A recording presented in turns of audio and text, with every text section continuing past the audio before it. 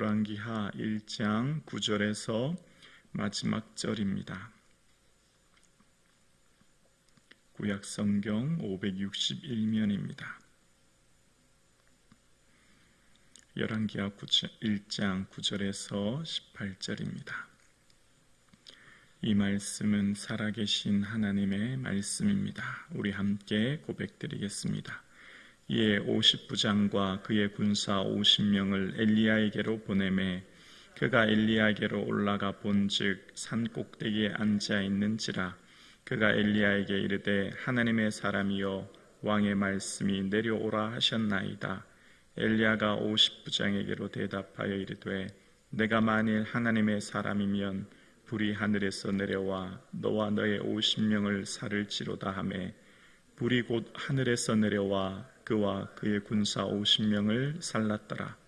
왕이 다시 다른 50부장과 그의 군사 50명을 엘리야에게로 보내니 그가 엘리야에게 말하여 이르되 하나님의 사람이여 왕의 말씀이 속히 내려오라 하셨나이다 하니 엘리야가 그들에게 대답하여 이르되 내가 만일 하나님의 사람이면 불이 하늘에서 내려와 너와 너의 50명을 살을지로다 하매 하나님의 불이 곧 하늘에서 내려와 그와 그의 군사 50명을 살랐더라.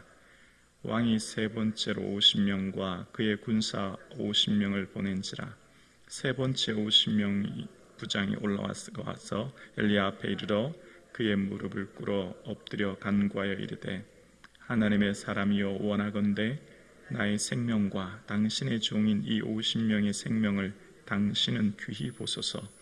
불이 하늘에서 내려와 전본의 50부장 둘과 그의 군사 50명을 살랐거니와 나의 생명을 당신은 귀히 보소서 하매 여호와의 사자가 엘리야에게 이르되 너는 그를 두려워하지 말고 그와 함께 내려가라 하신지라.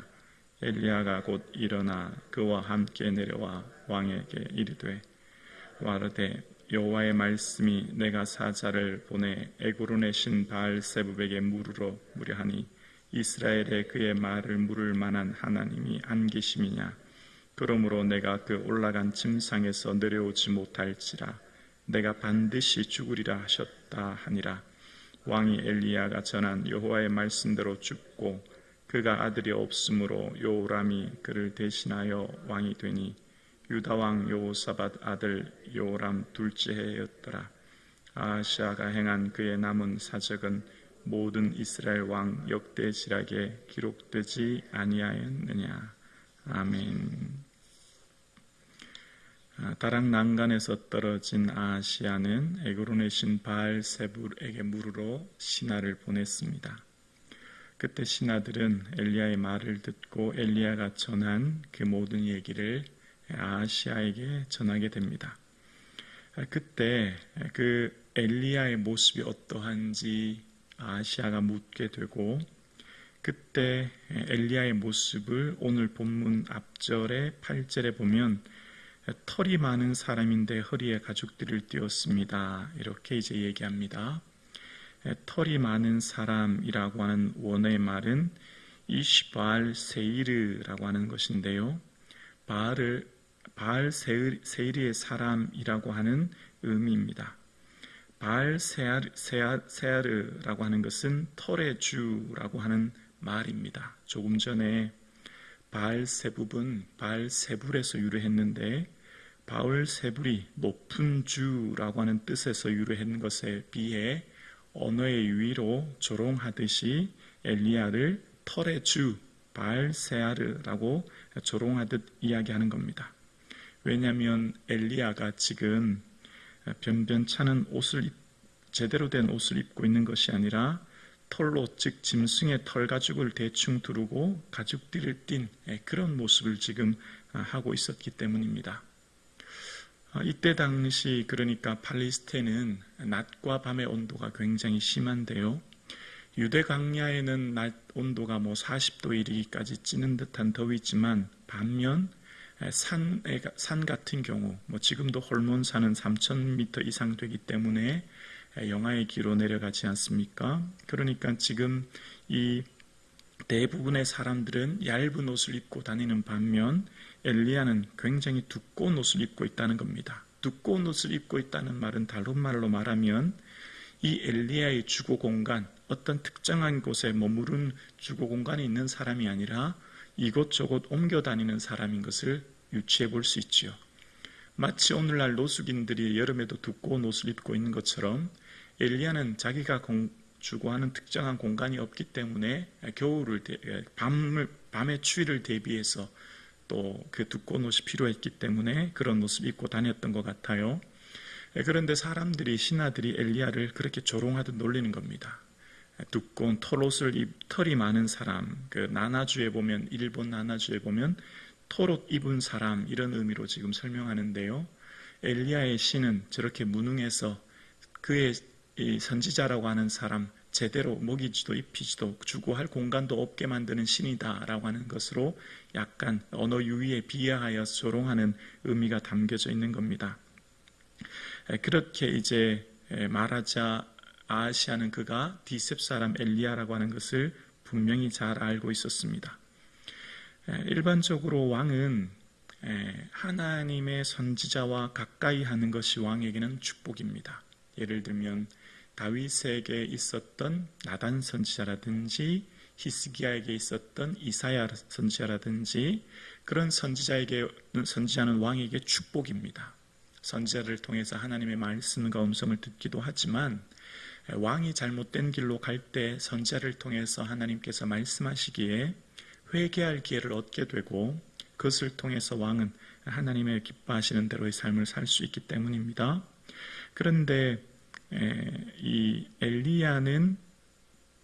아하시아 왕은 디셉 사람 엘리야, 하나님의 사람인 것을 알 수 있지만 직접 찾아가지 않습니다. 그리고 신하들을 보내 내려오라, 그렇게 이야기하는 겁니다. 하나님의 사람에 대한 대우는 곧 하나님에 대한 그의 삶의 자세인 거죠. 국가 정상이 외분의 국빈이 오면 직접 맞으러 가는 것처럼 이 아하시아는 엘리야를 직접 맞으러 가거나 하나님의 뜻을 들으러 올라가지 않습니다. 신하를 보내게 되는 거죠. 그렇게 산꼭대기에 있는 엘리야에게 50명의 군사들과 50부장을 보내게 됩니다. 그런데 엘리야가 말하죠. 내가 만일 하나님의 사람이면 불이 내려와 너를 살할 것이라고요. 사람들이 털옷을 입은 사람이라고 조롱했고 겨우 털옷을 입히는 정말 일정한 주거 공간도 없게 하는 그런 무능한 신이라고 조롱했던 하나님은 얼마나 능력 있는 하나님인가를 직접 보여주시는 것입니다. 자, 그렇게 해서 50명이 불에 타 죽게 되는 끔찍한 일이 벌어졌습니다. 그러면 어떻게 될까요? 정말 하나님의 사람이구나 깨달아야 되지 않겠습니까? 아하시아 왕은 당장 깨닫고 신하들을 보낼 것이 아니라 내가 직접 찾아 올라가서 하나님의 뜻을 묻고 하나님 지금 어떻게 하기를 원하시는가 돌이켜고 깨달아야 되지 않겠습니까? 그런데 아하시아는 깨닫지를 못하는 거예요. 두 번째 또다시 신하들을 보냅니다. 똑같은 일이 또 일어나는 겁니다. 반복되는 거죠. 참 어리석은 아하시아 왕의 모습을 보게 됩니다. 여러분, 하나님께서 주시는 축복은 회개입니다. 회개가 놀라운 축복이에요. 왜 그럴까요? 하나님의 뜻을 돌이키는 유일한 길이 회개이기 때문입니다. 하나님은 하나님의 계획하신 대로의 역사를 이루시며 통치하시는 분이시지만 하나님이 계획했던 일들을 바꾸시고 돌이키시는 유일한 방편이 회개이기 때문입니다. 말씀을 보십시오. 하나님께서는 하나님이 계획하신 일들 중에 특히 진노하시는 하나님께서는 그 진노의 심판을 내리시려고 하시다가 돌이키시는 게 회개입니다. 그래서 회개는 축복이에요. 회개는 은혜인 거죠. 회개보다 더 큰 은총은 없는 거예요.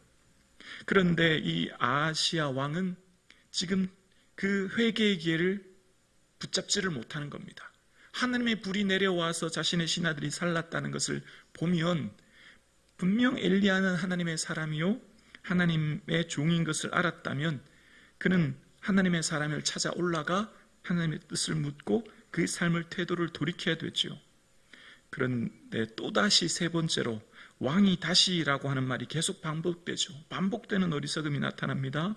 그런데 이번에 올라갔던 50부장, 세 번째 올라갔던 50부장의 모습이 13절에 나옵니다. 13절 말씀 한번 보면요. 왕이 세 번째 50부장과 그의 군사 50명을 보낸지라 셋째 50부장이 올라가서 엘리야 앞에 이르러 그의 무릎을 꿇어 엎드려 간구하여 이르되 하나님의 사람이여 원하건대 나의 생명과 당신의 종인 이 50명의 생명을 당신은 귀히 여기소서. 지금 세 번째 50부장은 엘리야 앞에 무릎을 꿇고 당신의 종인 우리 50명을 귀히 여기소서라고 고백합니다. 50부장이 무릎 꿇은 것은 엘리야 앞이겠습니까? 하나님 앞이겠습니까? 50부장의 이 무릎 꿇음으로 인해서 그와 그의 신하들이 살아나게 됩니다.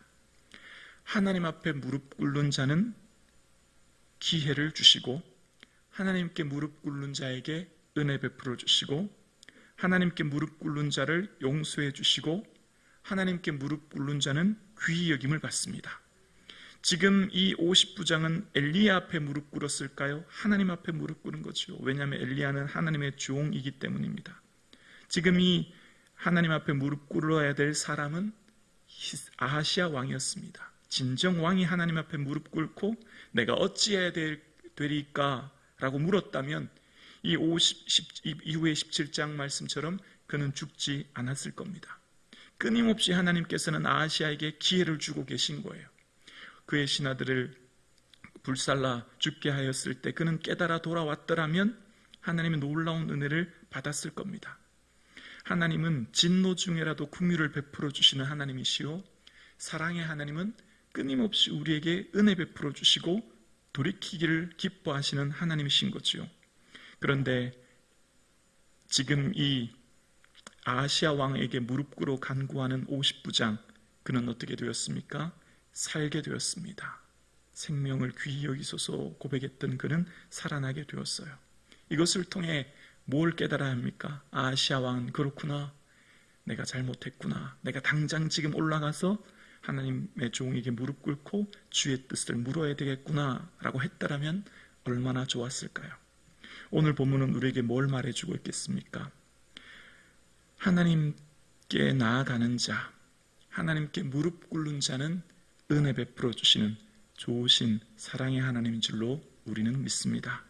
하나님의 계획과 하나님의 심판을 철회하는 유일한 길은 오직 회개밖에 없음을 오늘 본문은 우리에게 이야기하고 있습니다. 그러나 안타깝게도 아하시야 왕은 죽게 되고 아들이 없어 죽은 아하시야 왕의 동생인 여호람이 대신하여 왕이 되었다라고 오늘 본문은 이야기하고 있습니다. 아하시야 왕의 삶을 통해서 끊임없이 우리의 삶은 주님 앞에 무릎 꿇고 주의 뜻을 묻고 살아가시는 저와 여러분의 삶 되기를 주님의 이름으로 축원합니다.